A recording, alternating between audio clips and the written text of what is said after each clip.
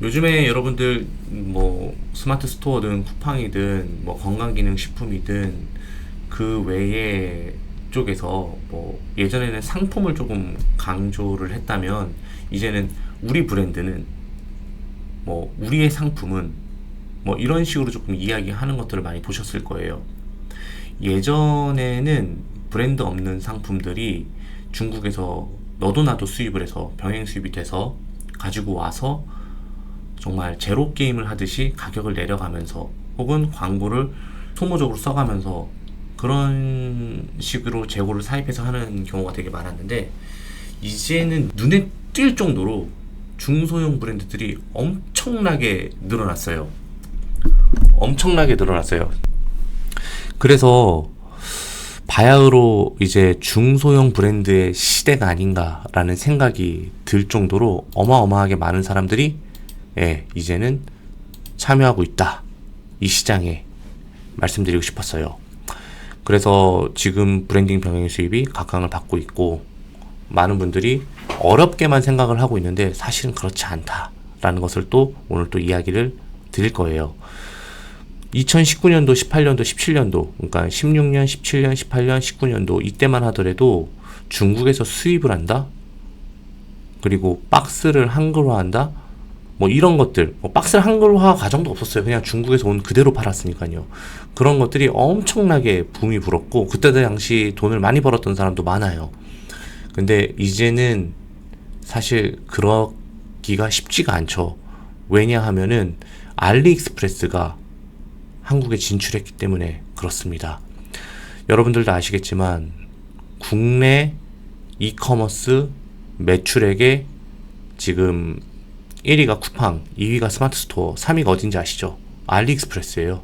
작년에는 순위권에도 없었던 회사가 올해 순위권에 갑자기 등장해서 생태계 교란을 하고 있죠. 그런데 사실 알리익스프레스로 인해서 중국 구매대행이 지금 어마어마하게 약화가 된 거는 여러분들도 아실 거예요. 사실 지금 그나마 중국 구매대행 하시는 분들은 크고 무겁고 비싼 상품들 위주로 판매하고 있는데, 지금 알리익스프레스가 한국의 창고를 알아보고 있다라는 이야기가 들리고 있어요. 알고 계실지 모르겠지만 창고를 이제 한국에서 대규모로 얻게 되면은 사실 무겁고 비싸고 부피가 큰 상품들, 그런 상품들도 분명히 언젠가는 약화가 되는 부분 중에 하나라고 생각을 합니다. 물론 그럼에도 불구하고 중국 구매대행이 아예 없어지지는 않겠지만은 분명히 이전과 같은 명성은 누리긴 쉽지 않다라는 생각이 듭니다. 알리의 성공적인 한국 런칭에 의해서 지금 핀도더라는 의류 쇼핑몰에서 만든 B2C 테무가 한국에 진출을 했죠. 물론 말이 많아요. 제품이 후지다. 많긴 많지만 저는 이 역시 시행착오로 보고 있고, 분명히 테무도 우리나라에 안정적인 정착을 할 거라고 생각을 합니다. 1688도 마찬가지로 지금 찌라시에 지나지 않지만 그래도 어쨌든 발 없는 말이 천리 갈 수는 없잖아요. 그런 이야기가 종종 나오고 있다라는 것 자체가 어찌 보면은 이제 브랜딩하지 않은 그런 상품들도 계속 수입을 했던 사람들은 쉽지 않지 않을까라는 생각이 들어요. 사실 이 세 개 업체로 가장 타격을 입는 업체는 도매국이나 온채널이나 오너클랜이나 이런 국내 왕도매 회사들일 거예요. 대부분 국내 제조 또는 해외에서 수입한, 대부분 중국에서 수입한 상품들이 다인데, 물론 국내 상품들도 몇몇 있겠지만 대부분 중국에서 수입한 상품들이 많단 말이죠. 근데 이제 그런 업체들이 직접 한국에 진출함으로써 그런 위탁을 하는 이제 사람들도 똑같이 다 힘들어지지 않을까라는 생각이 듭니다. 그리고 최근에 쿠팡 로켓 관련해 갖고 굉장히 많은 그런 유튜브에서 이슈들이 많았잖아요. 쿠팡 로켓은 이제 입점하는 방법, 어떻게 하면 판매 잘하는 방법, 쿠팡에 관련된 이야기도 나왔는데요. 이제는 쿠팡 로켓들도요, 중국 사업자들이 직접 입점을 하게 되었더라고요. 예전에는 우리가 이제 브랜딩해서 로켓에만 넣어도 장사가 잘 되던 시절이 있었어요. 그냥 광고만 적절하게 태워주면은 그냥 알아서 팔리던 시절이 있었단 말이죠. 그런데 중국인들이 직접 뛰어들어서 로켓 그로스와 계약을 맺고 한국에다가 재고를 집어넣은 다음에 판매를 하고 있더라고요. 와, 이제는 예전처럼 쿠팡만 가지고 로켓만 가지고는 더 이상 경쟁력이 영원하진 않겠구나 라는 생각이 들었어요. 그리고 지금 브랜딩 병행 수입이라는 것 자체를 모르시는 분들이 많잖아요. 왜냐면 처음에 중국 구매 대행부터 시작하거나 일본 구매 대행부터 시작하거나 뭐 위탁을 하신 분들은 단순히 수입해서 인증을 받아야 되고 모든 부분 손이 많이 가는 이런 브랜딩 병행 수입 자체를 어려워하시는 분들은 지금 내가 지금 위기임에도 불구하고 중국 구매 대행이나 위탁을 계속 하시면서 내가 지금 타고 있는 배가 점점점 가라앉고 있는데도 지금 우왕좌왕하고 계시는 지금 분들이 많거든요. 어떻게 해야 되나? 가격을 더 낮춰야 되나? 더 소싱을 더 많이 해야 되나? 사업자를 더 늘려서 더 많이 해야 되나? 뭐 이런 고민을 하고 있는 우왕좌왕하는 이런 시점에 저는 지금 이 타이밍에 정말로 들어가야 되는 타이밍이 아닌가라고 생각이 듭니다. 잠깐만요. 여러분들의 톡이 혹시 있는지 해서 보려고요. 그래서 저는 지금 브랜딩을 해서 천천히 런칭을 하면서 종국에는 내 브랜드를 가지고 한번 사업을 해보는 게 정말로 좋은 타이밍이 아닌가라는 생각이 들어요.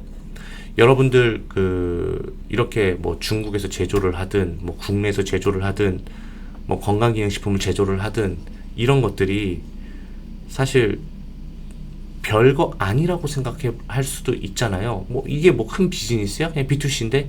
라고 생각할 수 있을지 모르겠지만 여러분들 쿠쿠라는 밥솥 업체 아시죠? 밥솥만 팔아서 연간 매출액이 7,800억입니다. 에어프라이기만 만들어서 1년에 600억, 700억 하는 사람들도 있어요. 그리고 중국에서 우리는 지금 ODM을 할 거지만은 OEM을 해갖고 완전 설계까지 전부 다 해갖고 이제 나만 팔 수 있는 중국의 공장만 빌리는 그런 업체들 중에서 정말 1년에 2, 300억 하는 업체들이 진짜 많아요. 그리고 하물며 영업이익률도 생각보다 굉장히 높아요. 네. 저는 그런 브랜드를 여러 개를 소유할 수 있다고 한다면 너무 좋지 않을까라는 생각에 여러분들한테 이 브랜딩 병행 수입을 소개해드리고 싶어요. 많은 분들이 아시겠지만 제가 지금 하고 있는 비즈니스가 되게 많잖아요. 뭐 구매 대행, 브랜드, 뭐 위탁 사이트, 뭐 프로그램, 뭐 수입 대행 회사, 뭐 배송 대행지, 뭐 여러 가지를 하고 있는데 저한테 딱 한 가지만 고를 수 있다고 한다면 저는 다 버리고 브랜딩 병행 수입, 제 브랜드 그것만 할 것 같아요. 왜냐? 이게 제일 비전이 좋기 때문에 그렇습니다.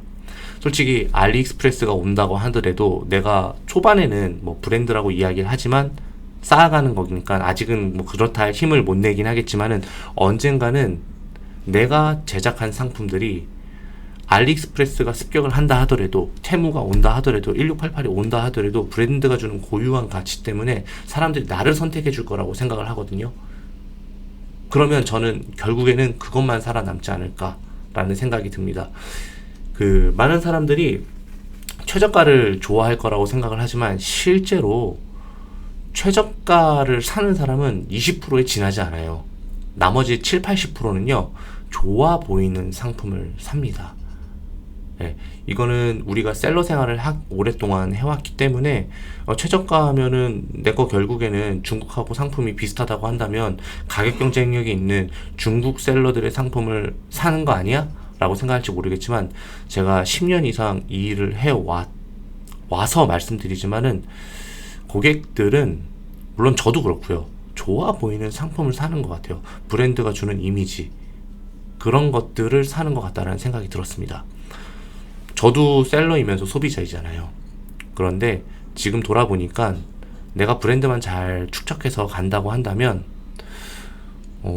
알리익스프레스가 오든 테무가 오든 1688이 오든 혹은 대외 변수가 나를 흔들든 전혀 상관없이 갈 수 있을 거라고 생각을 합니다. 특히 우리가 생각하고 있는 대외 변수가 몇 가지가 있죠. 네이버 스마트 스토어의 정책 변경, 쿠팡의 뭐 정책 변경, 쿠팡의 정산 주기 변경, 뭐 중국 사업자들의 이제 한국 이제 소비 시장, 이제 B2C 시장 오는 거, 뭐 여러 가지 환경이 있잖아요. 그쵸? 그런 환경에도 절대 흔들리지 않는 그런 브랜드를 만들어 나갈 수 있다고 저는 생각을 합니다.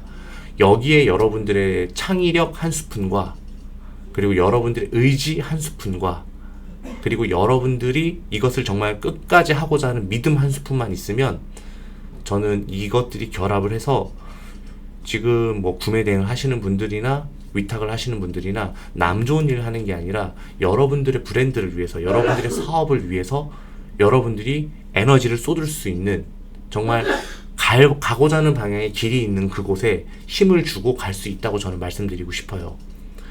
뭐 처음에 저희랑 같이 함께 시작을 한다고 해서 뭐 2, 3개월 뒤에 거대한 브랜드가 돼서 나오는 건 아니에요. 하지만 그 첫 시작 자체가 저희와 함께 하면서 제대로 된 길과 제대로 된 방향으로 갈 수 있다라는 거죠.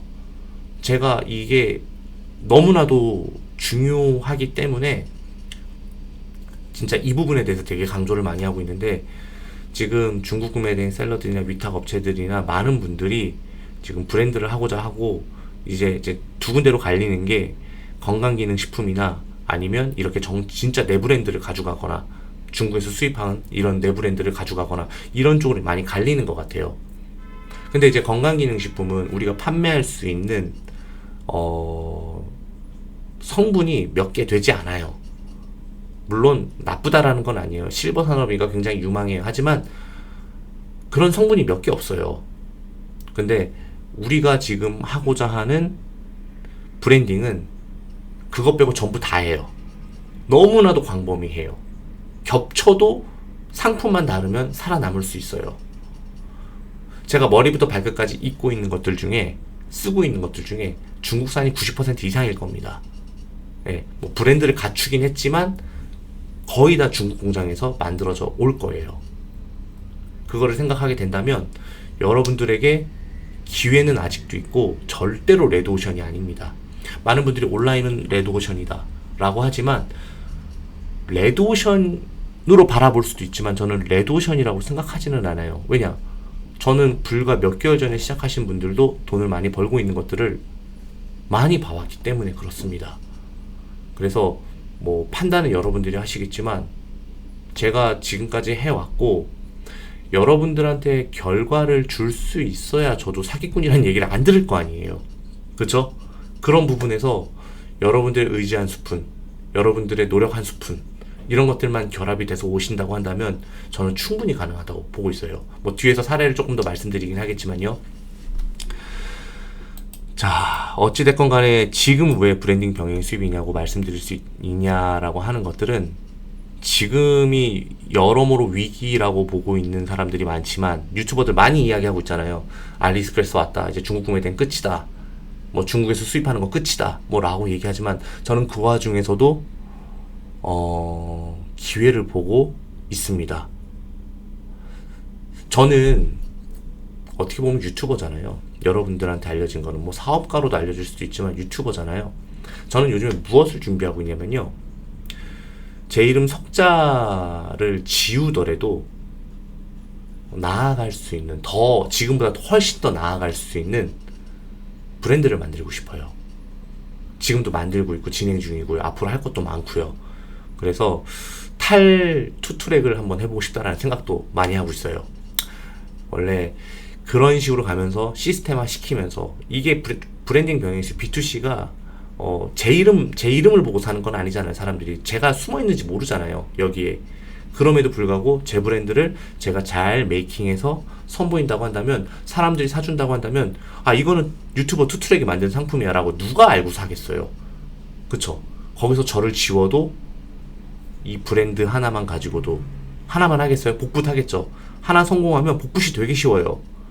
메커니즘은 똑같거든요. 그래서 계속 그런 방향으로 나아가고 싶은 거고 이런 것들을 여러분들에게 알려주면서 같이 가고 싶은 생각이 듭니다.